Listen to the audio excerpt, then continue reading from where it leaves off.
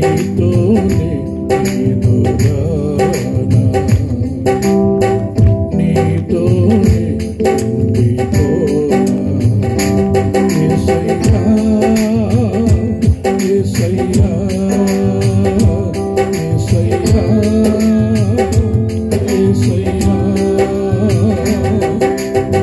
స్తుతి ఘన మహిమలతో ఆరాధించెదను స్తుతి ఘన మహిమలతో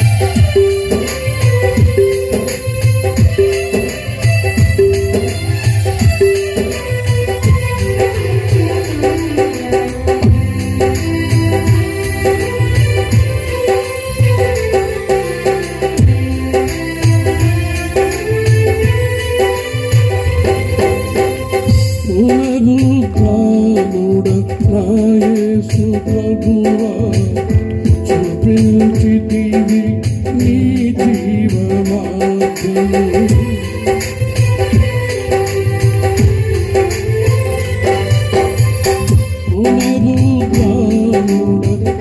యేసు ప్రభువా చూపించితివి నీ జీవమార్గము సాగిపోయేదను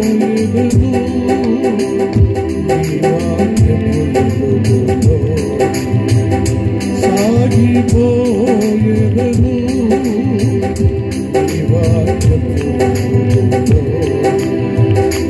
యేసయ్యా యేసయ్యా యేసయ్యా యేసయ్యా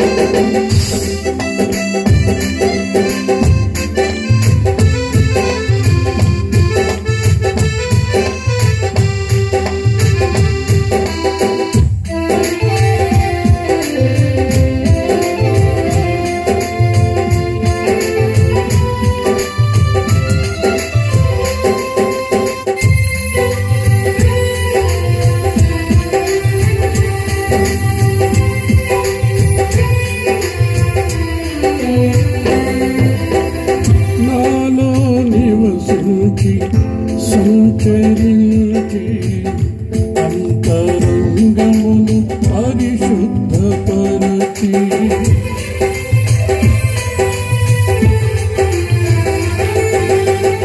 నాలో నివసించి సంచరించి అంతరంగమును పరిశుద్ధపరచి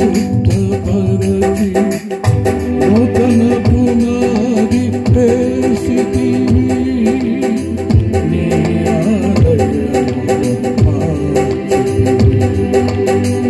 నూతన పునాది వేసితివి నీ ఆలయమును యేసయ్యా యేసయ్యా యేసయ్యా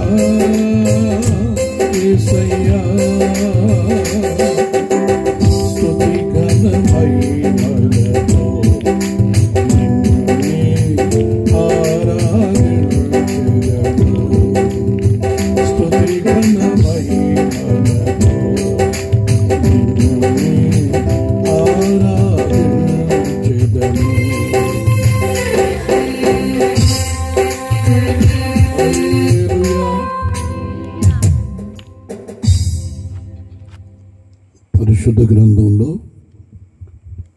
ఒక వాక్యాన్ని మనం చదువుకుందాం. ఈరోజు ఈ విధంగా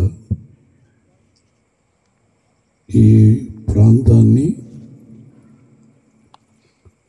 మనుషులు కాదు కానీ యేసయ్యే ప్రేమించాడు. ఆయన ఈ ప్రాంతాన్ని జ్ఞాపకం చేసుకున్నాడు. ప్రేమించినటువంటి దేవుడు ఈ ప్రాంతపు ప్రజలు ఆశీర్వదించబడాలని, ఆరోగ్యంగా క్షేమంగా ఉండాలని ఒక ఆశ్చర్యమైనటువంటి కార్యాన్ని చేశారు. చాలామంది ఏదేదో చేస్తారు, కానీ దాని ద్వారా పరలోక రాజ్యానికి నడిపించబడలేరు. ఈ భూమి మీద ఉన్నటువంటి ప్రతి మనిషి కొద్ది రోజులు మాత్రమే. వాళ్ళు ఎవరైనా కానివ్వండి, ఎంతటి ఘనులైన మహానుభావులైన ఈ లోకరాజ్యాల్ని పరిపాలిస్తున్న రాజులైన కొద్ది రోజులే. అటు తర్వాత ఈ భూమిని విడిచిపెట్టవలసిన వారి. అటు తర్వాత వాళ్ళ పరిస్థితులు ఏమిటి?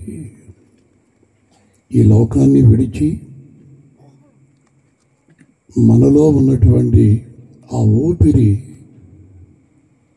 మనల్ని విడిచిపెట్టిన తర్వాత వాళ్ళ పరిస్థితులు ఏమిటి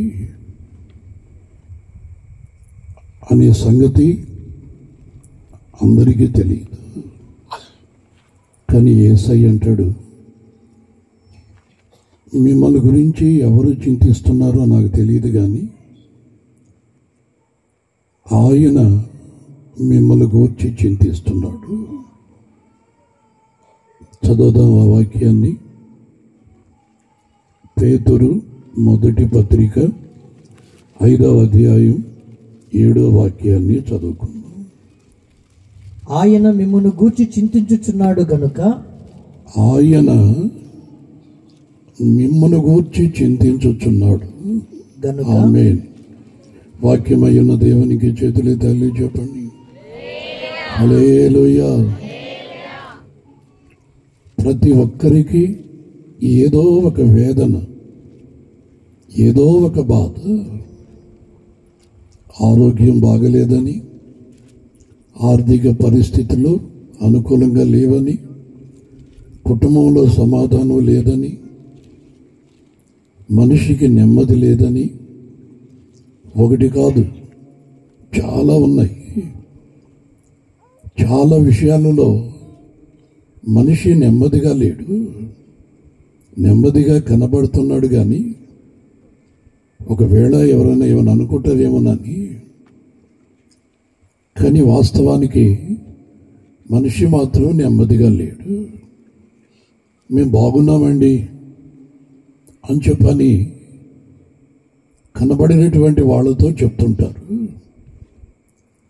మేము బాగున్నాము అనే దానికి మంచి మంచి వస్త్రాలు కడతారు. అవి కూడా పట్టు వస్త్రాలు. ఏమండి, ఒకవేళ ఇంట్లో బంగారం లేకపోయినా ఎవరినో ఒకరిని అడిగి ఎంతో కొంత తగిలించుకొని వాళ్ళ కార్యక్రమాలకి వెళ్ళొస్తుంటారు. ఎలా ఉన్నారండి అని చెప్పనంటే మాకేం బాగున్నాం. చూసేవాళ్ళు ఏమనుకుంటారో తెలుసా? ఒంటి నిండా బంగారం ఉంది. ఏమండి, పట్టు వస్త్రాలు, చాలా విలువైనటువంటి వస్త్రాలు, కారుల్లో తిరుగుతున్నారు, పెద్ద బంగళా కట్టారు. వాళ్ళకి ఏమిట్రా బాబు అని చెప్పని అనుకుంటారు. కానీ మనిషి చూసేది పై వేషాన్ని మాత్రమే, ఆ అలంకారం మాత్రమే మనిషి చూసి వీళ్ళు చాలా బాగున్నారు, వాళ్ళకి ఏ బాధలో లేవని చెప్పని అనుకుంటారు. కానీ సర్వశక్తి కలిగిన దేవుడు ఈరోజు మనం ప్రార్థించగా మన మధ్యలో సంచరిస్తున్న దేవుడు ఆయన. ఎక్కడ ఇద్దరు ముగ్గురు చేరి యేసు ప్రభు నామాన్ని మహిమపరుస్తారో వాళ్ళ మధ్యలో నివసించే దేవుడు. హల్లెలూయా. ఆయన అంటాడు, నేను పైవేషాన్ని మాత్రమే చూడను. పైవేషాన్ని చూస్తే ఏంటి, రాజుల మాదిరిగా ఉన్నారు. ఏమండి, రాజుల మాదిరిగా ఉన్నారు. లోపల అంతరంగాన్ని చూస్తే, మనిషి లోపల పరిస్థితిని చూస్తే ఏదో వేదన, బాధ, చింత, ఏమండి కన్నీరు. ఒకవేళ కుటుంబాల్లో ఎవరైనా చనిపోయారా అని చెప్పనంటే అందరూ బాగున్నారు, కానీ ఆ కుటుంబంలో నుంచి ఏడుపులు వినపడుతున్నాయి, మరణ వేదనలు. దేవుని వాక్యం అంటుంది, ఆయన మిమ్మల్ని గురించి చింతిస్తున్నాడు. యేసు ప్రభు మిమ్మల్ని గురించి చింతిస్తున్నాడట. కొంతమంది ఏమనుకుంటారో తెలుసా, ఇది యేసు ప్రభుకి సంబంధించినటువంటి మీటింగ్, ఇది మనకు సంబంధించింది కాదురా, ఇది యేసు ప్రభుకి సంబంధించింది, మనకెందుకు అని చెప్పని అనుకొని రాలేనటువంటి పరిస్థితి. కానీ యేసు ప్రభుని నమ్మినా నమ్మకపోయినా, ఏమండి దేవుని మందిరానికి వచ్చినా రాకపోయినా, ప్రతి మనిషిని సృష్టించినటువంటి సృష్టికర్త మనం ఆరాధిస్తున్నటువంటి యేసుక్రీస్తు. ఆమేన్. మనిషిని ఏదో కోతి మాదిరిగా, లేకపోతే అడవిలో తిరిగే నక్కల మాదిరిగా, కుక్కల మాదిరిగా ఆయన చేయలే. ఆయన తన పోలికలో మనిషిని చేశాడు. ఏమి, లేకపోతే ఆ తొండముండే దాని మాదిరిగా, సింహం మాదిరిగా చేయలే. ఆయన మాదిరిగానే మరి ప్రతి మనిషిని చేశాడు. ఇప్పటికి కూడా మనం ఏ హాస్పిటల్కి పోయినా ఆ మనిషికి మనిషే పుడుతున్నాడు, కానీ కోతులు పుట్టడం. కానీ ఆ రోజుల్లో కొంతమంది ఏదేదో పిచ్చి పిచ్చిగా వాగేవాళ్ళు. గనుక నా మీద మాత్రమే కాదు ఆయనకి చింత, ఈ ప్రార్థనకి వచ్చినటువంటి వారి మీదనే మాత్రమే కాదు, దూరంగా ఉండి దేవుని వాక్యాన్ని వినాలని ఆశ కలిగినటువంటి వారిని, కుటుంబాల్లో ఉన్నటువంటి వారి మీద కూడా ఆయనకి ఏదో ఒక బాధ. మిమ్మల్ని గూర్చి ఆయన చింతిస్తున్నాడు. చింతించినటువంటి దేవుడు ఆయన ఎక్కడో కొండ మీద ఉండి మిమ్మల్ని గురించి నేను బాధపడుతున్నాను అని చెప్పని అక్కడ ఉన్నవాడు కాదు. ఆయన పరలోకాన్ని విడిచి మన కొరకు దిగి వచ్చిన దేవుడు. ఆయన మన కొరకు దిగి వచ్చాడు. మనిషిలో ఉన్నటువంటి ఆ చింత, ఆ బాధని ఏ విధంగా దూరపరచాలి అని చెప్పని ఆయన ఒక్కడే ఆలోచన కలిగినటువంటి వాడై ఈరోజు ఈ ప్రాంతాన్ని ప్రేమించిన దేవుడై ప్రార్థనా మందిరాన్ని ఆయన పునాది వేసి పూర్తి చేశాడు. ఆమేన్. ఏమండి, ఏదైనా లోన్ ఇస్తే బాగుంది యేసు ప్రభు, ఏమండి, లేకపోతే మంచి మంది ఇస్తే బాగున్ను, అది ఇస్తే బాగుంది, ఇది ఇస్తే బాగుంది కాదు. అసలు మనిషిలో ఉన్నటువంటి ఆ బాధ, వేదన, ఆ భయంకరమైనటువంటి కన్నీరు దూరపరచబడాలి. గనుక బియ్యమిచ్చిన 4 రోజుల్లో మింగేస్తాం. ఇప్పటికే టన్నులు టన్నులు, లారీలు మనుషులు తినేస్తున్నారు వచ్చింది వచ్చినట్టు. కానీ యేసు ప్రభు యొక్క ఆలోచన, ఆయన మన కొరకు దిగి వచ్చి సిలువలో వేలాడి తన రక్తమును చిందించి ప్రాణం పెట్టి మరణమును గెలిచి లేచి సజీవుడై నిన్ను గురించి, నన్ను గురించి, ఈ ప్రపంచంలో ఉన్నటువంటి ప్రతి మానవుడి గురించి, వాళ్ళు ఎవరైనా కానివ్వండి, వీళ్ళు నా వాళ్ళు, వీళ్ళు పరాయి వాళ్ళు, నన్ను నమ్ముకున్నటువంటి వాళ్ళనే నేను దీవిస్తాను అని చెప్పని కాదు. మనందరమీ ఆశీర్వదించబడాలని, క్షేమంగా ఉండాలని ఒక ప్రార్థనా మందిరాన్ని ఆయన ప్రారంభించాడు. ప్రార్థనా మందిరం దేనికి? ఏమంటే ప్రార్థనా మందిరం దేనికి అని చెప్పని మనం అనుకోవచ్చు. ఒకవేళ దాన్ని పోయేవాళ్ళు కూడా వాళ్ళు ఏదో యేసు ప్రభుని నమ్ముకున్న వాళ్ళు ప్రార్థనా మందిరాన్ని పెట్టుకున్న వాళ్ళు అని చెప్పని అనుకోవచ్చు. కానీ దేవుని మందిరాన్ని కూర్చున్నటువంటి ఒక వాగ్దానం ఏమిటంటే, సకల జనులకు, సమస్త జనులకు నా మందిరము ప్రార్థనా మందిరం అనబడును. ఆమేన్. ఇది నాకు మాత్రమే కాదు, లేకపోతే నమ్మినటువంటి వాళ్ళకి మాత్రమే కాదు, ఏ కుటుంబమైనా బాధల్లో ఉన్నా, ఏ వ్యక్తి అయినా రోగాలలో ఉన్నా, ఏ సమస్యల్లో ఉన్నా, నా ప్రభు అయినటువంటి యేసయ్య నివసిస్తున్నటువంటి ఆయన నివాసమైన ఈ మందిరములోనికి వచ్చి ప్రార్థన చేస్తే ఆకాశమందున్నటువంటి దేవుడు ఆలకిస్తాడట. ఆలకించినటువంటి దేవుడు వాళ్ళని ఏ దురాత్మలు పట్టి పీడిస్తున్నాయో, ఏ దురాత్మలు వాళ్ళకి అనారోగ్యం కలుగు చేసి కుటుంబాలలో సమాధానం లేకుండా చేస్తుందో, ఆ దురాత్మల చేతుల్లో నుంచి సర్వశక్తి కలిగిన దేవుడు గద్దించి వాటిని దూరపరిచి వారిని కాపాడే దేవుడు ఆయన. ఆమేన్. గనుక దేవుని మందిరంలోనికి ఎవరైనా నడిపించబడి ఎండిపోయినటువంటి బ్రతుకుల్లో ఉన్నటువంటి వారు, మూడుబారిపోయినటువంటి వారు చిగురించాలని, పుష్పించాలని, ఫలించాలని, ఆకు వాడకుండా తన కాలమందు ఫలమిచ్చు చెట్టు వలె ఉండాలని, ఆశీర్వదించబడాలని ఎవరొచ్చినా సరే వాళ్ళు దేవుని మందిరంలో నాటబడినటువంటి వారు అవుతారు. ఆమేన్. హల్లెలూయా. మహోన్నతుడా, నీ కృపలో నేను నివసించుట నా జీవిత ధన్యతయున్నది. మహోన్నతుడా, నీ కృపలో నేను నివసించుట నా జీవిత ధన్యతయున్నది.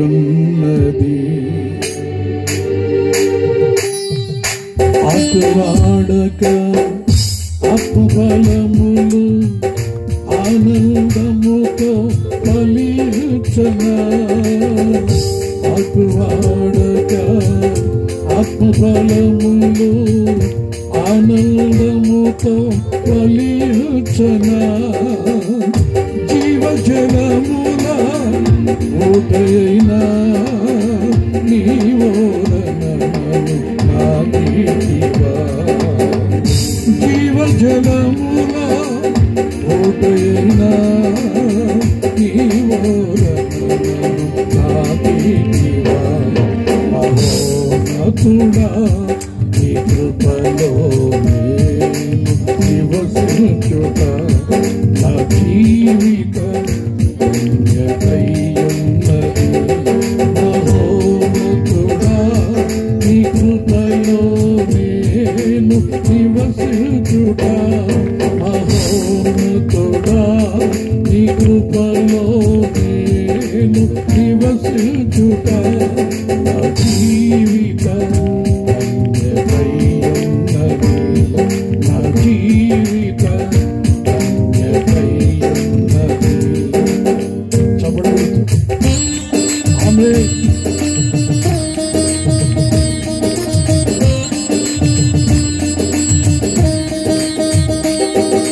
హల్లెలూయా.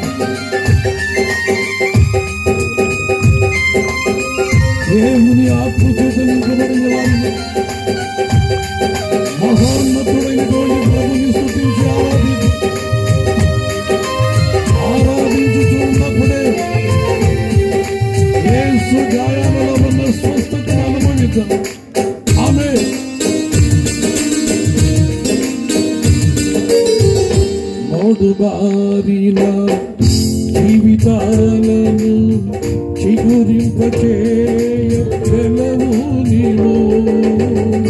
మోడుబారిన జీవితాలను చిగురింపచేయ వెలవు నీవు. మారానుభవం మధురముగా మార్చగలవు నీవు. మారానుభవం మధురముగా మార్చగలవు నీవు. మహోన్నతుడా నీ కృపలో నేను నివసించుట నా జీవిత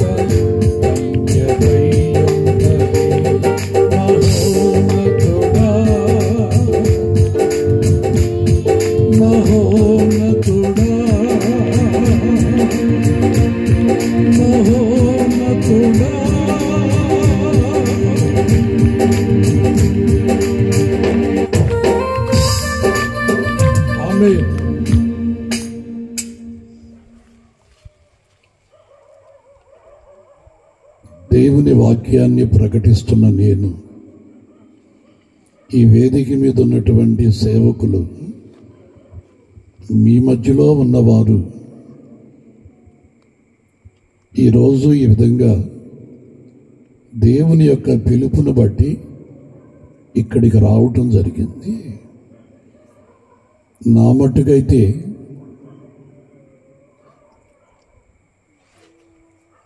మోడబారినటువంటి జీవితం నాది. పచ్చదనం లేదు, పరిశుద్ధత లేదు. ఒక మనిషిగా నేను బ్రతకను. పశువు కంటే హీనంగా బ్రతికాను. నేనేదో అమెరికా నుంచి లండన్ నుంచి ఇక్కడికి రాను. నేను ఇక్కడ వాడిని. ఈరోజు ఇక్కడ ఉన్నటువంటి సేవకులు, ప్రభు నందు నిద్రించినటువంటి అయ్యగారు, ఒక విధంగా మేమందరమే బంధుత్వం కలిగిన వాళ్ళని. ప్రార్థనా మందిరాన్ని పరిశుద్ధాత్మ దేవుని ద్వారా ప్రారంభించినటువంటి విశ్వశాంతి పాస్టర్ గారు, నాకు సంబంధించినటువంటి నా భార్య అన్న కుమారుడు, పెద్దవాడు. ఆశ్చర్యంగా ఉంది ఈరోజు. ఈ విధంగా నాకు సంబంధించినటువంటి రక్త సంబంధికులు, బంధువులు ఈరోజు ప్రభువులో ఉన్నారు అన్నటువంటి ఈ పరిస్థితిని చూసి నా దేవునికి పాదాభివందనం చేస్తున్నాను. చాలామంది ఏదేదో అయిపోవాలనుకుంటారు, కానీ నాకు సంబంధించినటువంటి వారిని, ఆయనను ఆరాధించే సేవకులుగా వారిని, వారి పిల్లల్ని దేవుడి విధంగా ఉన్నతమైనటువంటి స్థితిలో పెట్టాడు. వాళ్ళు ఏదో ముఖ్యమంత్రులు అయిపోయారు, లేకపోతే పెద్ద నాయకులు అయిపోయారని కాదు. ఈ ప్రపంచంలో ఉన్నటువంటి కోటీశ్వర్ల కంటే, పెద్ద పెద్ద నాయకుల కంటే ఉన్నతమైనటువంటి స్థితిలో ఉన్నటువంటి వాళ్ళు.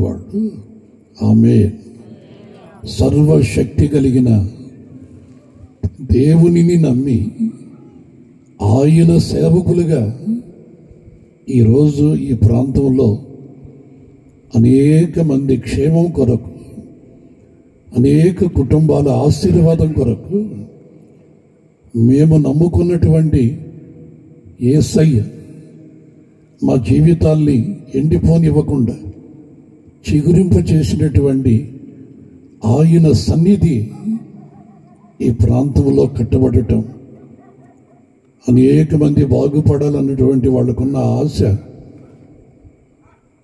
చాలా గొప్పది. యేసు ప్రభు అంటే నాకు అస్సలు ఇష్టం లేదు. నేను ఒక నామకార్థమైనటువంటి విగ్రహారాధికుణ్ణి. యేసు ప్రభు అంటే ఇష్టం ఎందుకు లేదు అని చెప్పానంటే, అందరంటే ఇష్టం నాకు, కానీ యేసు ప్రభు అంటే ఎందుకు ఇష్టం లేదు అని చెప్పానంటే, ఆయన్ని నమ్ముకుంటే పరిశుద్ధంగా బ్రతకాలి. ఆయన పరిశుద్ధుడైన దేవుడు. ఆయన పరలోకములో నుంచి దిగివచ్చిన దేవుడు. ఆయన పాపుల రక్షకుడు. ఆయన మరణించి తిరిగి పునరుద్ధానపు శక్తితో లేచి ఈరోజు మన మధ్యలో సజీవుడుగా నాతో మనతో మాట్లాడుతున్న దేవుడు ఆయన. అందుకని ఆయనంటే నాకు భయంకరమైనటువంటి భయం. యేసు ప్రభు ఎవరన్నా ప్రకటించినా అటువైపు కూడా వెళ్ళేవాడిని కాదు. అలాంటి పరిస్థితుల్లో ఉన్నటువంటి వాడిని ఇటు రాజకీయాలలో, రౌడీజంలో ఏమంటే అన్ని విధాలుగా ఆశీర్వదించబడ్డాను అని చెప్పని అనేదానికంటే సర్వనాశనం అయిపోయా. నేను వివాహమైన తర్వాత మా పాస్టమ్మ గారు భక్తి కలిగినటువంటి కుటుంబం. మెల్లమెల్లగా చాలా విషయాలు నాకు చెప్పి, ఎవ్వరూ ప్రేమించలేనిటువంటి మూర్ఖుడుగా ఉన్నటువంటి నన్ను ప్రేమించి నా కొరకు ఎన్నో విధాలుగా ప్రార్థన చేసింది. ఈరోజు మనిషిగా మారాను. ఆమె లేకపోయినా మనిషిగా నేను మారుటకు ప్రార్థన చేసినటువంటి వ్యక్తి. నేను మారాలని ప్రార్థన చేసింది, కానీ ఈ ప్రాంతమే మారాలని ఈ సేవకులు ఇక్కడికి వచ్చి ఈ మందిరాన్ని ప్రారంభించారు. ప్రార్థన ద్వారా మారు మనసు పొందిన నేను యేసు ప్రభు అంటే ఇష్టం లేదు అని చెప్పని అంటున్న నేను ప్రార్థన ద్వారా నేను మారాను. దేవుని మందిరానికి నడిపించబడ్డాను. ఈరోజు సేవకులు ఈ ప్రాంతంలో ప్రార్థనా మందిరాన్ని ప్రారంభించారు అని చెప్పనంటే ఇది దేవుని యొక్క అనాది సంకల్పం. ఇది దేవుని చిత్తం. ఇది ఆ రోజుల్లో సమాధానంగా బ్రతికేవాడిని కాదు. ఏదో ఒక వేదన, బాధ. మనిషి సంతోషంగా ఉంటే ఆరోగ్యంగా ఉంటాడట, కానీ సంతోషం లేదు. అటు త్రాగుడులోను, అపవిత్రతలోను, లోకాన్ని ప్రేమిస్తున్నటువంటి విషయాలలో సంతోషం లేదు. ఈయన ఆరోగ్యం ఎక్కడుంటుంది? ఈ ఎడం ప్రక్కటెముకల్లో నాకు తెలియకుండానే ఒక భయంకరమైన వ్యాధి ప్రారంభించబడింది. అది రోజు రోజుకి పెద్ద అయిపోయింది. అప్పటికే నేను రాజకీయ నాయకులతో కూడా తిరుగుతున్నా. ఆ రోజుల్లో ఒక పెద్ద మినిస్టర్కి, జనార్దన్ రెడ్డి గారికి బాడీ గార్డుగా ఉంది. డబ్బుకి ఏం కొదవలేదు, కానీ వ్యాధి మాత్రం ముదిరిపోయింది. నాకు తెలియకుండానే ఒక చింత, ఒక బాధ, ఈ వ్యాధి నన్ను ఎక్కడికి తీసుకుని పోతుందో అని ఎవరికి చెప్పుకోలేకపోతున్నా. చివరికి లేవలేనిటువంటి పరిస్థితుల్లో ఉన్నప్పుడు నన్ను చెన్నైకి పంపించారు ఈ నాయకులే. చాలా పెద్ద డాక్టర్ గారికి చూపించారు. అది పూన్మలై హైరోడ్. అక్కడ పెద్ద డాక్టర్ ఆయన, గూడూరు డాక్టర్. చాలామంది డాక్టర్లు వచ్చి కూడా చెక్ చేశారు. చివరికి చెప్పినటువంటి మాట, ఆ ఎముకల్లో ఒక ఎముక విరిగింది, అది విరగల కుళ్ళిపోయింది. కుళ్ళిపోవటం ద్వారా చీము రక్తంలో కలిసిపోయి శరీరం అంతా విషమైపోయింది. ఏ మెడిసిన్ వాడుతున్నా ఇతని శరీరానికి సూట్ కావటం లేదు, పని చేయటం లేదు. మెడిసిన్ పనిచేస్తే కొంచెం బ్రతుకుతాడు, లేకపోతే చనిపోతాడు. చివరికి కొంచెం ఊపిరి ఉన్నప్పుడే, నడిచేటప్పుడే నన్ను నెల్లూరుకి పంపించేశారు. ఆ సంగతి అందరికీ తెలిసిపోయింది. అది చివరికి ఎలాగైందంటే ఆ చీము రక్తంలో కలిసిపోయి ఈ వెంట్రుకల్లో నుంచి దుర్వాసన రావటం ప్రారంభించబడింది. ఎవ్వరూ నా ప్రక్కన నిలబడేవాళ్ళు కాదు. నాతో కూడా ఉన్నటువంటి వాళ్ళే విడిచిపెట్టేశారు. చివరికి నెల్లూరులోని ఒక చిన్న డాక్టర్ అతను ఈ ఆనమోళ్ళ వీధి అని ఉంటుంది, అక్కడ మొదట్లోనే ఆర్ఎంపీ డాక్టర్ ఆయన పేరు రాయప్ప. ఆయన దగ్గరికి వెళ్ళి కొంచెం తెలిసిన వ్యక్తి అతను నాతో అన్నటువంటి మాట, ఊరి నువ్వు ఇంకా బ్రతికున్నావా అన్నాడు. అదేమిటని చెప్పానంటే, నువ్వు బ్రతికున్నావంటే ఆశ్చర్యంగా ఉంది, ఎవరో ఒకరు చంపేస్తారు అనుకున్నాను నిన్ను. ఎందుకని చెప్పంటే అలాంటి పరిస్థితి నీది. సరే ఏంటి, ఆరోగ్యం బాగలేదు అని చెప్పని ఆ రిపోర్ట్లన్నీ చూపిస్తే నిజానికి ఏ డాక్టర్ కూడా నిన్ను బాగు చేయలేడు, ఇప్పటికే ముదిరిపోయింది, కొద్ది రోజులకు నువ్వు చనిపోతావు, ఇంక నువ్వు తప్పదన్నాడు. అనేక మందిని నాశనం చేయటకు కంకణం కట్టుకున్న నేను నా మరణం దగ్గరకు వచ్చే లోపల భయపడ్డా. ఆగ్రాకి ఆయన్ని కన్నీటితో బ్రతిమలాడుకున్నా, ఏదో ఒక విధంగా నాకు సహాయం చేయి, ఎంత డబ్బు అయినా ఎంత పెద్ద రికమెండేషన్ అయినా చేస్తా. ఇది డబ్బుతో రికమెండేషన్తో బ్రతికే పని కాదు, ఇది పాపం వలన వచ్చే జీతం. ఇది నువ్వు చేసినటువంటి పాపం, నువ్వు బ్రతికిన అతిక్రమాలు, విచ్చలవిడిగా బ్రతికావు, తెగిపోయిన గాలిపటం మాదిరిగా తిరిగావు, నీ ఇష్టం వచ్చినట్టుగా బ్రతికావు. పాపము నేను ఇప్పుడు పట్టుకుంది, మరణించక తప్పదన్నాడు. నేను ఎన్నో విధాలుగా బ్రతిలాడుకుంటే చివరికి ఆయన అన్నటువంటి మాట, నువ్వు యేసు ప్రభుని నమ్ముకోగలిగితే ఆయన ఒక్కడే పాపములను క్షమించగలిగే దేవుడు. ఆయన ఒక్కడే. నిజానికి ఆయన మరియమ్మ తల్లి భక్తుడు ఆయన. మరి యేసు ప్రభుని గురించి చెప్తుంటే నాకు అర్థం కాదు. యేసు ప్రభు నమ్ముకోమంటావా? అవునరా, యేసు ప్రభు ఒక్కడే నీ పాపాలు క్షమిస్తాడు. ఆయన ఒక్కడే పాపుల కొరకు మరణించి వాళ్ళని పరిశుద్ధపరిచి పరలోకానికి తీసుకుని వెళ్ళుటకు వచ్చినటువంటి దేవుడు ఆయన. మరి నేనేం పాపం చేశాను? మనుషులందరూ చేస్తున్న పాపమే కదా, అది తప్పెలా అవుతుంది? కానీ దిమ్మ తిరిగిపోయేటట్లు ఒక మాట అన్నాడు, నువ్వు ఏ పాపం చేయలే, నువ్వు త్రాగుపోతువి, అది నీకు పాపం కాదు. నువ్వు వ్యభిచారుడివి, అది నీకు పాపం కాదు. నువ్వు కోరివి, అది నీకు పాపం కాదు. అయితే సరైనటువంటి పాపం ఏంటో తెలుసా? నిజమైనటువంటి దేవుడు ఎవరో తెలుసుకోకుండా బ్రతకటమే పాపం అన్నాడు. నిజమైనటువంటి దేవుడా? ఆయన ఎలా ఉంటాడు? నిజమైనటువంటి దేవుడే నజరేయుడైన యేసు. హల్లెలూయా, హల్లెలూయా. యేసు ప్రభు దేవుడా? నువ్వు నమ్మినా నమ్మకపోయినా ఆయనే లోకరక్షకుడు, ఆయనే పాపములో నుంచి విమోచించేవాడు.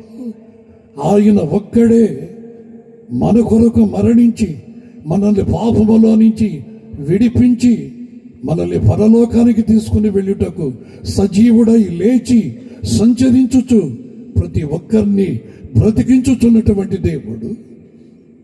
ఆయన నమ్మకపోతే నీకు పుట్టగతులు కూడా ఉండవు అన్నాడు.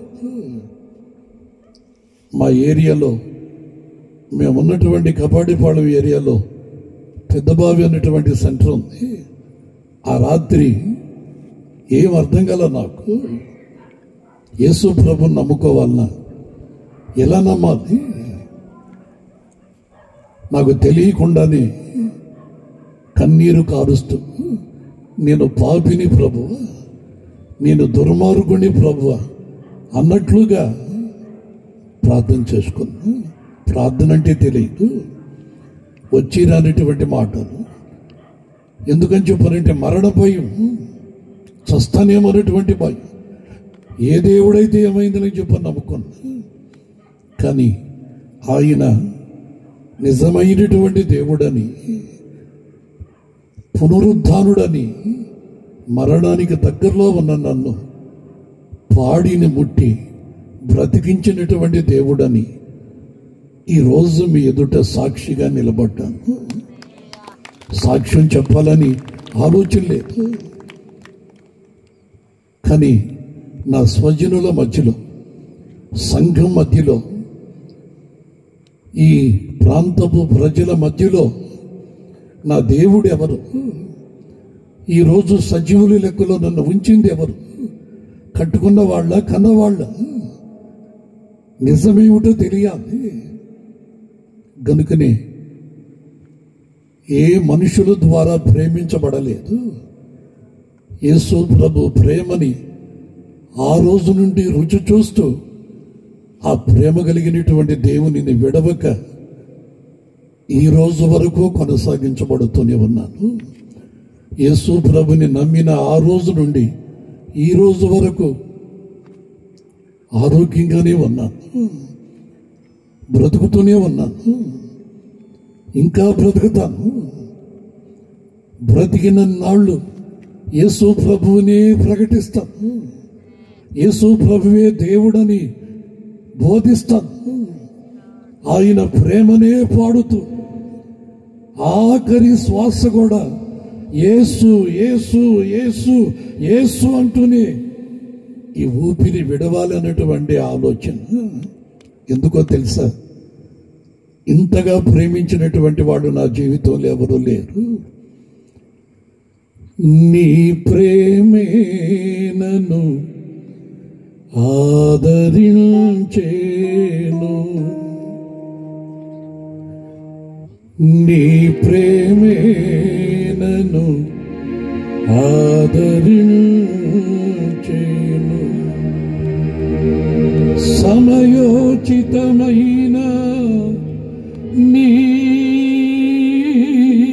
కృపయే దాచి కాపాడెను, నీ కృపయే దాచి కాపాడెను.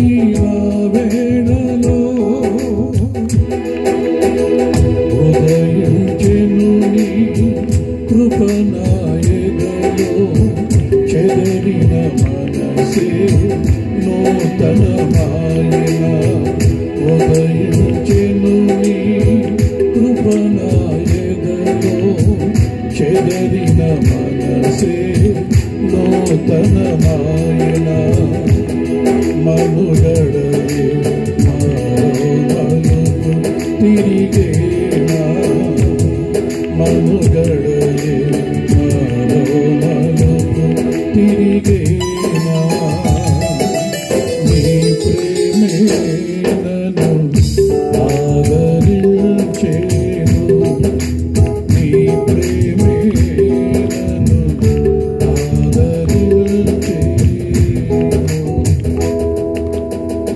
హల్లెలూయా. ఇంతగా నన్ను ప్రేమించిన దేవుడు లోకంలో నుంచి ఆయన రక్తం చేత నన్ను రక్షించి నా చేతిని విడవక తీసుకుని వెళ్ళి ఆయన మందిరములో నాటుకున్నాడు. ఆమేన్. ఏమండి, ఆయన మందిరములో నన్ను నాటాడు. మోడుబారిపోయాను. ఇంకా జీవితంలో చిగురించటము ఫలించే అనుభవాలు పోయాడు. అన్నీ ఉండొచ్చు, కానీ నిజమైనటువంటి బ్రతుకు లేదు. ప్రభు తీసుకొని పోయి మందిరంలో నన్ను నిలబెట్టాడు.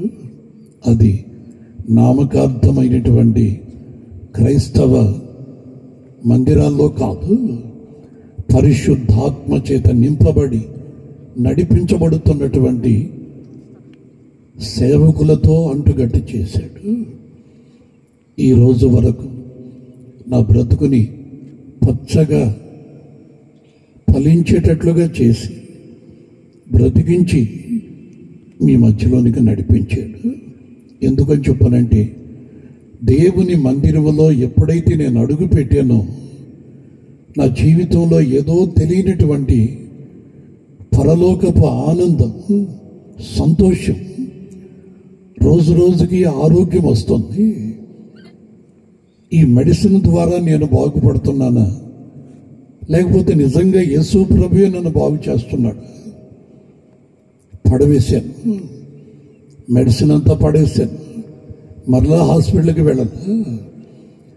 ఒక ప్రక్క నా కొరకు ప్రార్థిస్తున్నటువంటి వారు, మరొక ప్రక్క దేవుని మందిరంలో ఉన్నటువంటి దేవుని సేవకులు నా కొరకు ప్రార్థన చేయడం. నశించిపోతున్నటువంటి నా బ్రతుకు చిగురించటం ప్రారంభించింది. ఆమె కారణం ఏమిటని చెప్పనంటే, చదవండి ఒక వాక్యాన్ని. ఇర్మియా గ్రంథం 17వ అధ్యాయం 7వ వాక్యాన్ని మనం చదువుకుందాం. గ్రంథం యెహోవాను నమ్ముకున్నవాడు 17వ అధ్యాయం 7వ వాక్యం. యెహోవాను నమ్ముకున్నవాడు ధన్యుడు. ధన్యుడు. యెహోవా వానికి ఆశ్రయముగా ఉండును. యెహోవా వానికి ఆశ్రయముగా ఉండును. వాడు జలముల యొద్ద నాటబడిన చెట్టు వలె, వాడు జలముల యొద్ద నాటబడిన చెట్టు వలె నుండును. చెట్టు వలె నుండును. అది కాలువల ఓరన దాని వేళ్లు తన్నును. వెట్ట కలిగినను ఎండాకాలమైనను దానికి భయపడదు. ఆ కాలానికి భయపడదు. దాని ఆకు పచ్చగా ఉండును. వర్షము లేని సంవత్సరం కూడా చింతించదు. హల్లెలూయా. ప్రకృతిలో ఎలాంటి మార్పు వచ్చినా గాని దేవుని మందిరములో నాటబడినటువంటి ఆ వ్యక్తి పొరపాటును కూడా చింతించడట. నాకు అది లేదే, నాకు ఇది లేదే అని చెప్పని పొరపాటును కూడా చింతించడట. ఎందుకని చెప్పంటే, దేవుని వాక్యాన్ని మనం చదువుకున్నాం కదా, ఆయన మీ కొరకు చింతిస్తున్నాడు. ఆయన మీ కొరకు చింతిస్తున్నాడు. మన కొరకు మన వాళ్ళు ఎంత చింతించినా కానీ, ఏమంటే రాజులు చింతించి మనకి ఏదేదో సహాయం చేసిన కొద్ది రోజులే. ఏమంటే ఎండాకాలం అయితే వాడిపోద్ది, వర్షాకాలం అయితే ఏళ్ళుతో కూడా కొట్టుకుని వెళ్ళిపోద్ది. కానీ నా ప్రభు అయినటువంటి యేసయ్య నన్ను ఎక్కడికి తీసుకుని పోయి నాటాడు అని చెప్పానంటే, జీవ నది ఓరన నాటాడు, దేవుని మందిరములో నాటాడు. ఏమండి, పెన్నా నది పక్కన నాటల, కృష్ణమ్మ పక్కన నాటల, గోదావరి ప్రక్కన నాటల, లేకపోతే సవిటి కాలువల ప్రక్కన నాటల. దేవుని మందిరములో ప్రవహించుచున్నటువంటి జీవనది నా ప్రభు అయినటువంటి యేసు నామం అక్కడ నాటాడు నన్ను. ఎండిపోయినటువంటి నా బ్రతుకు తిరిగి మరల మనిషిగా మార్చబడేదానికి చిగురించటం ప్రారంభించింది. అసలు నేను బ్రతుకుతానా? మనిషిగా మార్చబడతానా? మనుషుల మధ్యలో తిరుగుతానా? నాకంటూ ఒక కుటుంబం ఏర్పరచబడుతుందా? ఏమండి, నేను ప్రేమించబడతానా? నన్ను పలకరించే వాళ్ళు ఉంటారా? ఈడు చస్తే బాగున్ను అని చెప్పని అంటున్నటువంటి వారే కానీ ఏ ఒక్కరూ నా క్షేమాన్ని కోరుకున్న వారు కాదు. ప్రియమైనటువంటి సహోదరి సహోదరుల, ఎవ్వరూ నన్ను ప్రేమించలేనటువంటి పరిస్థితుల్లో ఉన్న పశువుని ఎవరు ప్రేమిస్తారు? మనిషినైతే ప్రేమిస్తారు. కానీ నా ప్రభు నన్ను చూశాడు. ఆమేన్. త్రోవ ప్రక్కన పడి మొలిచిన వాడను, ఏ ప్రేమకు నే నోచుకొనలేదయ్యా.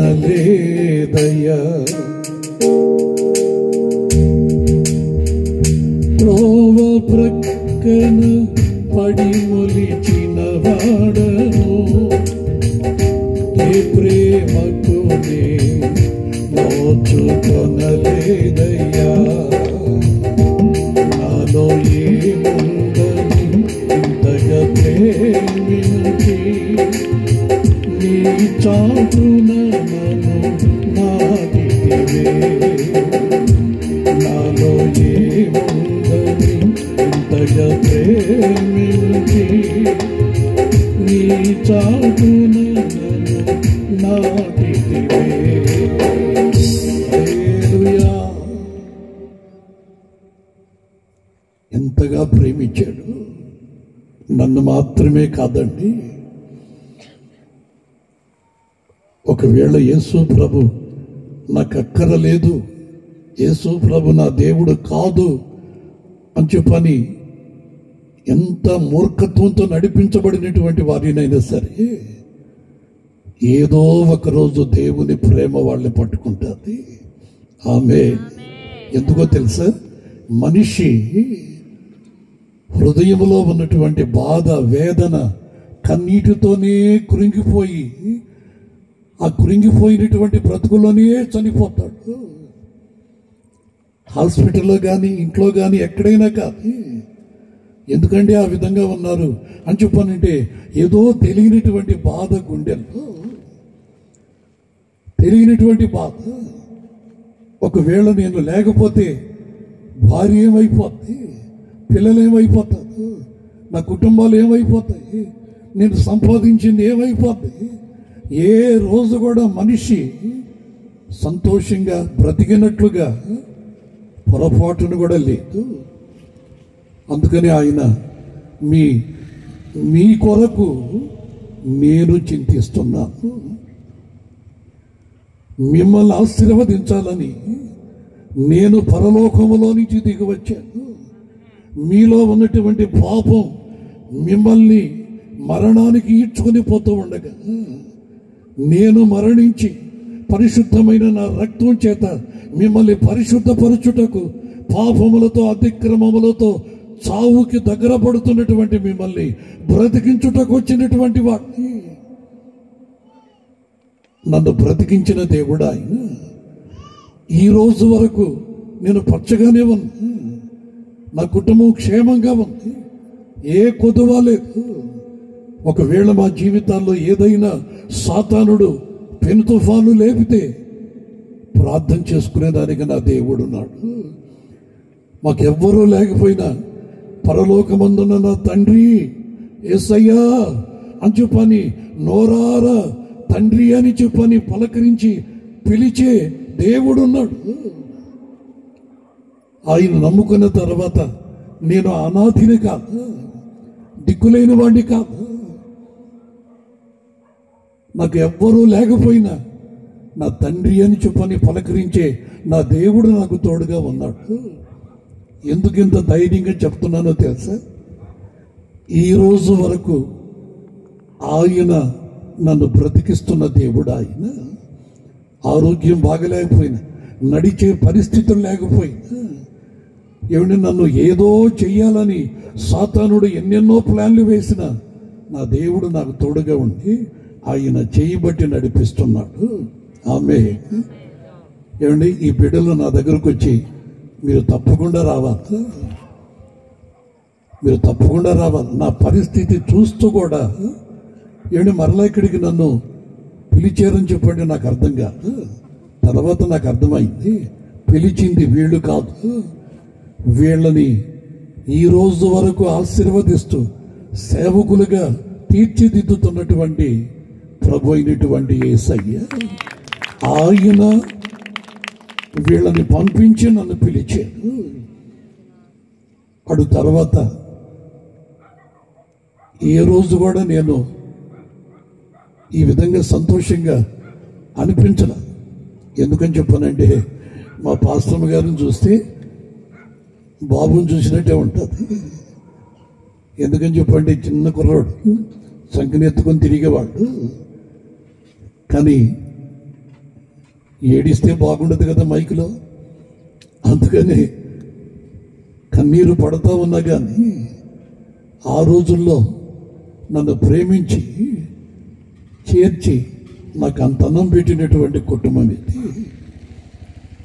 ఈరోజు ఈ విధంగా యేసు ప్రభుని గురించి మేమందరం రక్షించబడి ఆయన మందిరంలో చిగురించి ఫలిస్తున్నాము అని చెప్పనంటే ఇంతకంటే ఐశ్వర్యం ఇంకోటి లేదు. మాకు దొరికినటువంటి యేసయ్య మమ్మల్ని సంతోషపరిచి మూడబారినటువంటి మా బ్రతుకుల్ని చిగురింప చేసినటువంటి యేసయ్య ఈ ప్రాంతంలో ఉన్నటువంటి ప్రజలు కూడా ఆశీర్వదించబడాలనే మా ఉద్దేశం. మాకంటే ఇంకా గొప్పగా దీవించబడాలని మా ఆలోచన. ఒకవేళ ఇక్కడ మీరు వేరుగా మేము వేరుగా ఉన్న ఒకరోజు యేసు ప్రభు వస్తాడు. ఆయన మందిరంలో రక్షించబడినటువంటి వారిని ఆయన వచ్చి కనురెప్పపాటున పరలోకానికి తీసుకుని వెళతాడు. అక్కడ మనందరము కలిసి ఆయన ముఖ దర్శనాన్ని చూస్తూ ఆనందిస్తాం. ఆమేన్, హల్లెలూయా. నరకానికి వెళ్ళాం. యేసు ప్రభు రక్తములో కడగబడినటువంటి ఆయన సంఘం, క్రీస్తుని మృతులలో నుంచి లేపిన ఆయన ఆత్మని పొందుకున్నటువంటి ఆయన ప్రజలు ఆయన రాకడలో ఎత్తబడి పరలోకములో అడుగు పెడతారు. ఆ రోజు మమ్మల్ని మీరు చూస్తారు, మిమ్మల్ని మేము చూస్తాం. ఆ రోజు వరకు దేవుని మందిరంలో ప్రవహించుతున్నటువంటి ఆ నది ఓరన మనం నాటబడే ఉండాలి. హల్లెలూయా. మరొక్క వాక్యాన్ని చెప్పి నేను ముగిస్తాను. చదవండి, ఎహెజ్కేలు గ్రంథం 47వ అధ్యాయం 1వ వాక్యం. దేవుని మందిరంలో నది ఎక్కడ ప్రవహిస్తుంది? అతడు మందిరపు గుమ్మమునకు నన్ను తోడుకొని వచ్చెను. మందిరము తూర్పు ముఖముగా ఉండెను. నేను చూడగా మందిరపు గడప క్రింద నుండి నీళ్లు ఉబికి తూర్పుగా పారుచుండెను. ఆ నీళ్లు బలిపీఠమునకు దక్షిణముగా మందిరపు కుడి ప్రక్కను క్రింద నుండి పారుచుండెను. ఈ నది ఎక్కడికి ప్రవహిస్తుందో అక్కడ సమస్తము బ్రతుకుచూ ఉండెను. ఈ నది ఎక్కడికి పారునో అక్కడ సమస్తము బ్రతుకును. చప్పటగుడు దేవుని స్తోత్రం చేయలేదా? ఆ బ్రతికినటువంటి వాళ్ళల్లో నేనొకడిని సజీవ సాక్షిని. ఇంచుమించు 17-20 సంవత్సరాల లోపలనే మరణిస్తావు అన్నటువంటి వార్తని పెద్ద పెద్ద డాక్టర్లు చెప్పారు. కానీ నా పరమ వైద్యుడైనటువంటి యేసయ్య 70 సంవత్సరాలు దాడుతూ ఉన్న ఈ రోజు వరకు సజీవుల లెక్కలో ఉంచినటువంటి దేవుడు, రోషము కలిగిన దేవుడు ఆయన. ఆయన్ని నమ్మినటువంటి వారిని చిగురింప చేస్తాడు, పచ్చదనం కలిగేటట్లు చేస్తాడు, అతని కుటుంబాన్ని రక్షిస్తాడు. మందిరములో బలిపీఠము దగ్గర నుంచి ప్రవహించుతున్నటువంటి నది ఓరన అటు ఇటు నాటబడినటువంటి చెట్ల వలె మనం ఉన్నప్పుడు అవి ఆకు వాడక ఆత్మ ఫలములు ఫలించే స్థితికి తీసుకుని వస్తాడు. ఆ ఆత్మ ఫలముల ద్వారా మనకు నెమ్మది, మన కుటుంబాల్లో సమాధానం, ఆస్తులు అంతస్తులు ఉండొచ్చు, వెండి బంగారాలు ఉండొచ్చు, కానీ మనిషికి నెమ్మదేది? భార్య భర్తల్లో సమాధానమేది? తోబుట్టువుల్లో ఆనందమేది? గనుక దేవుని మందిరములో నాటబడినటువంటి వార్యమైతే పచ్చదనం కలిగి ఉంటాము, ఆత్మ ఫలములు ఫలిస్తాము. ఓర్పు, సహనము, మంచితనము, పరిశుద్ధత, విశ్వాస జీవితం ఇది లోకములో దొరకదు. ఎవడు ఏ కొట్లో కూడా దొరకదు. అది నా దేవుని మందిరములు.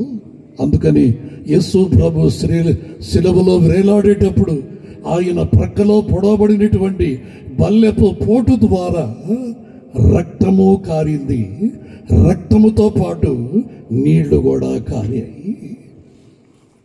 ప్రధాన యాజకుడిగా ఆయన మందిరంలో బలిపీఠం దగ్గర నిలబడేటప్పుడు ఆయన ప్రక్కలో పొడవబడినటువంటి ఆ బల్లెపు పోటు ద్వారా ఆ నీళ్లు ఆయనలో నుంచి ప్రవహిస్తూ ఉన్నాయట. ఆమె ఆయనలో నుంచి ప్రవహిస్తూ ఉన్నాయి. ఆ ప్రక్కలో నుంచి ప్రవహిస్తున్నటువంటి రక్తముతో కూడిన నీళ్లు ప్రవహిస్తూ ఉండగా ఆ నీళ్లు తగిలినటువంటి కుష్ఠరోగులు బాగుపడ్డారు, పక్షవాతపు జబ్బులు బాగుపడ్డారు, రక్తస్రావం కలిగినటువంటి స్త్రీ బాగుపడ్డది. అనేక సంవత్సరాలుగా మరణపు కట్లతో బంధించబడిన వారు ఆ నీరు తాగగానే లేచి నిలిచారు, యేసు ప్రభుని వెంబడించారు. ఈరోజు నేను ఆ జీవ నది ఎప్పుడైతే నాలోనికి ప్రవహించిందో, దేవుని మందిరములోనికి నేను అడుగుపెట్టి యేసు ప్రభుని నమ్ముకొని బాప్తిస్మం పొంది పరిశుద్ధాత్మ చేత నింపబడి దేవుని మందిరములో పరిచర్య చేసుకుంటూ ఆ విధంగా సాగుతూ ఉన్నప్పుడు ప్రభు నన్ను ఈ సేవకు పిలిచాడు. నిన్ను బ్రతికించుకున్నది నాకు సాక్షిగా నువ్వు నిలబడాలి. అనేక ప్రాంతాల్లో నిన్ను బ్రతికించింది ఎవరు? నిన్ను చిగురింపు చేసింది ఎవరు? మూడు బారిన నీ బ్రతుకుని ఈ రోజు వరకు పచ్చదనం కలిగేటట్లు ఆరోగ్యంగా నిలిపింది ఎవరు? బూది గంటాల వరకు నువ్వు సాక్షిగా బ్రతకాలి. ఈరోజు ఆయుష్కాలం నీకు ఇచ్చాను అని చెప్పానంటే ఈరోజు నేను ఇక్కడికి పంపిస్తున్నా, ఈరోజు నిన్ను బ్రతికించి ఇక్కడికి పంపిస్తున్నా. ఇక్కడ సర్వశక్తి కలిగిన నా నామం ప్రకటింపబడాలి. సచ్చిన నీవు బ్రతికి జీవాధిపతిని ప్రకటించాలి. అందుకని ప్రభు నన్ను ఇక్కడికి పంపించాడు. ఆమె ప్రేమైనటువంటి వాళ్ళ దేవుని మందిరాన్ని మనం విడిచిపెట్టక, ఒకవేళ దేవుని మందిరాన్ని విడిస్తే ఆ నది వార నుండి మనం దూరం అయిపోయినట్టు, దేవుని సన్నిధికి మనం దూరం అయిపోయినట్టు. ఆ నదిలో నుంచి మనకు కావలసినటువంటి ఊపిరి, మనకు కావలసిన ఆరోగ్యం, మనకు కావలసినటువంటి జీవం సమస్తము క్రీస్తు ప్రక్కలో నుంచి కార్చబడుతున్న రక్తము నీటి ద్వారా మనకు అనుగ్రహించబడుతుంది. గనుక ఎవరి ద్వారా కాదు, గనుక మిమ్మల్ని గురించి నన్ను గురించి చింతించిన దేవుడు నన్ను బ్రతికించి ఇంతవరకు బ్రతికేటట్లుగా మందిరములో ఆయన నన్ను నిలబెట్టుకున్నాడు. గనుక నేను ప్రపంచమంతా తిరిగిన ఆదివారం నా దేవుని మందిరంలోనికి వచ్చి ఏమండి దేవుని బిడ్డలతో కలిసి పాడుకొని ఆరాధించుకొని ఆయన ప్రకటించుకొని మరలా నూతన బలాన్ని పొందుకుంటాము. ఆమె ఏమండి, మందిరంలో నా ప్రభువుని ఆరాధించేటప్పుడు నూతన అభిషేకాన్ని పొందుకొని, నూతన బలాన్ని పొందుకొని, నడవలేకపోయినా ఏమండి ఆయన ఇచ్చిన బలముతో అనేక ప్రాంతాలకి తిరుగుతున్నా. దేవుని మందిరం నా ప్రాణం, నన్ను బ్రతికించింది. ఈరోజు దేవుని మందిరమే నాకు, నా కుటుంబానికి ఆశ్రయపురంగా మారింది. నేను, నా పిల్లలు, నా మనవళ్ళు, మేమందరమే దేవుని మందిరంలోనే ఒక ప్రక్క బ్రతుకుతూ ఉన్నాం. ఇంతకంటే నా పిల్లలకి ఆస్తి ఇంకొకటి లేదు, నాకు ఆరోగ్యం ఇంకొకరి ద్వారా కాదు. ఈ రోజు వరకు బ్రతికించిన దేవుడే నిన్ను గురించి కూడా చింతిస్తున్నాడు. ఆమె నిన్ను గురించి కూడా చింతిస్తున్నాడు. ఒకసారి లేచి నిలబడదామా, ప్రార్థన చేసుకుందాం. ఆయన మిమ్మల్ని గురించి చింతించుచున్న దేవుడు ఆయన. ఆ నది వారన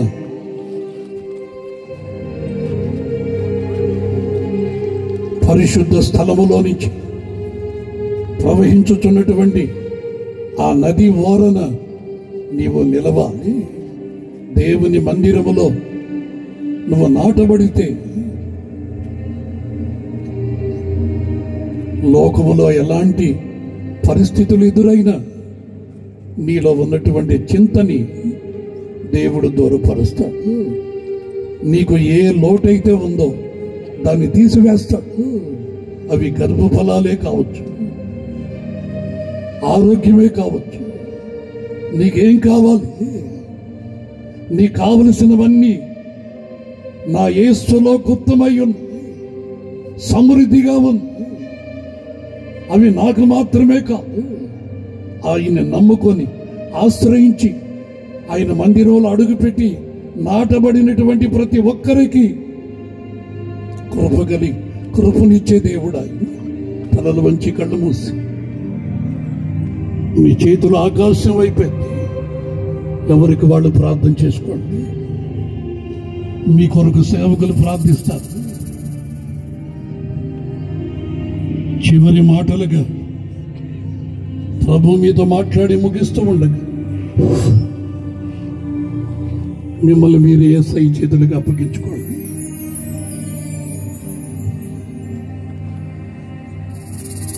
హల్లెలూయా, హల్లెలూయా. నీ కొరకు చింతించుచున్నటువంటి యేసు ఉన్నాడు. ఎవ్వరూ లేరు అనుకోబాక. మూడబారినటువంటి నా బ్రతికిని చిగురించదేమో కలవరపడబాక. ఇక్కడికి నిన్ను తీసుకొని వచ్చింది ఆయనే. నీ కొరకు చింతిస్తున్నాను అని చెప్పని నీతో ఇంతవరకు మాట్లాడి మరణములో నుంచి నన్ను బ్రతికించి ఒక సాక్షిగా మీ ఎదుట నిలబెట్టిన దేవుడు ఆయనే.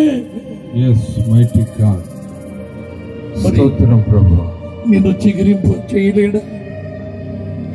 మిమ్మల్ని ఆయనకి అప్పగించుకోండి, ప్రార్థన చేసుకోండి. ప్రార్థన చేద్దాం. తన దాసుని ప్రభు అనాది సంకల్పాన్ని బట్టి రాత్రి ఇక్కడికి తీసుకుని వచ్చి మన జీవితంలో ఉన్నటువంటి లోకమందు ఉన్నటువంటి బంధాల చేత నడిపించబడి ఎంతో చింత నుంచి విడిపించిన ఆ యేసు ఆయన సజీవుడు, ఆయన సర్వాధికారి, ఆయన ఉన్నవాడు, ఆయన అనువాడు. నీ చింతను కూడా ఎరిగినటువంటి ఆయన నిశ్చయముగా ఈ రాత్రి నిన్ను విడుదల చేస్తాడు.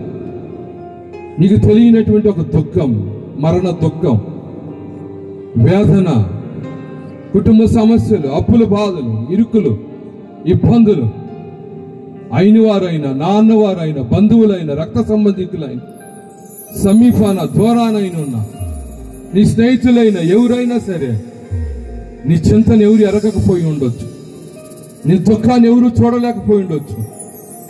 తన దాసుడిని చూచిన ఆ యేసే ఈ రాత్రి మన మధ్యలో ఉన్నా. నీ చింత ఆయనకి తెలుసు. నువ్వు ఆయన నమ్మితే చాలు, ఆయన విశ్వసిస్తే చాలు, ఆయన వైపు తిరిగితే చాలు, నిశ్చయముగా నీ రోదనను ఆయన తుడుస్తా, నీ దుఃఖాన్ని నాట్యముగా మారుస్తా, నీ వ్యాధిని, నీ రోగాన్ని, నీ అక్కరాన్ని, నీ అవసరాన్ని తీర్చే దేవుడు. ఆయన నది వలె మన మధ్యలో ఈ రాత్రి ప్రవహిస్తున్నా. ఆయన వాక్కు ఒక నది వలె మన మధ్యలో ప్రకటించబడింది. అది జీవవాక్కు, అది బలమైన వాక్కు, అది శక్తి కలిగిన వాక్కు, అది కృపా వాక్యే. ఈ వాక్కు నీ మధ్యలో ఒక నది వలె ప్రవహిస్తుంటే ప్రభు మాట్లాడుతున్న మాటని నువ్వు వెనుక తిరగొద్దు.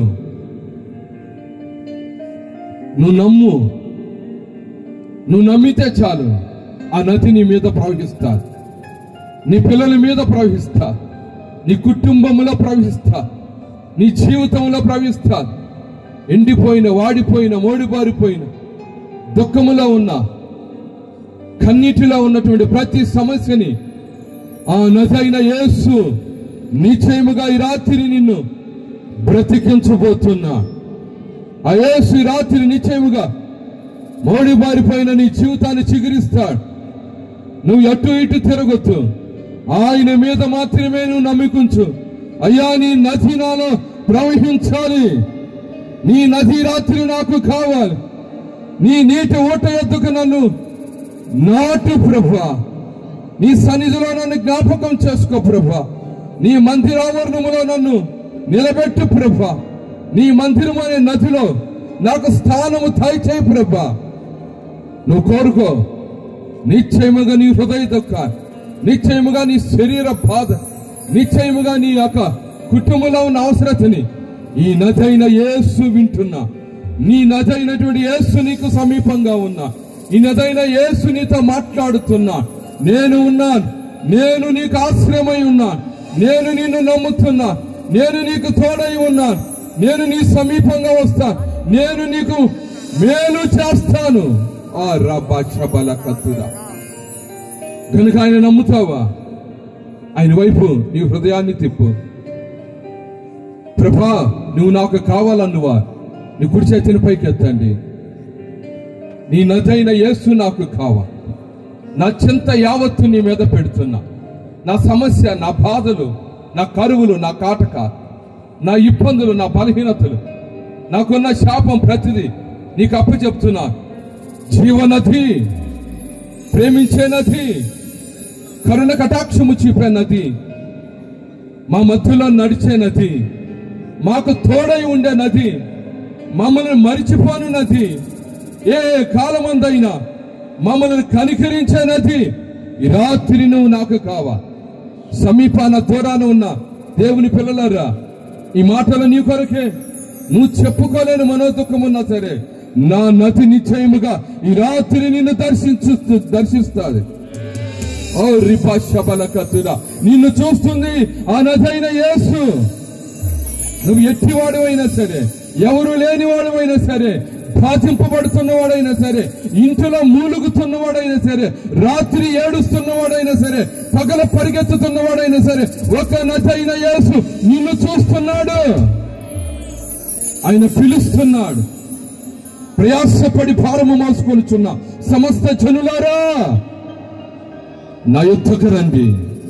నేను నీ కొరకు కారుస్తున్న రక్తము దగ్గరికి రండి, నా మాట దగ్గరికి రండి, నా జీవనది దగ్గరికి రండి.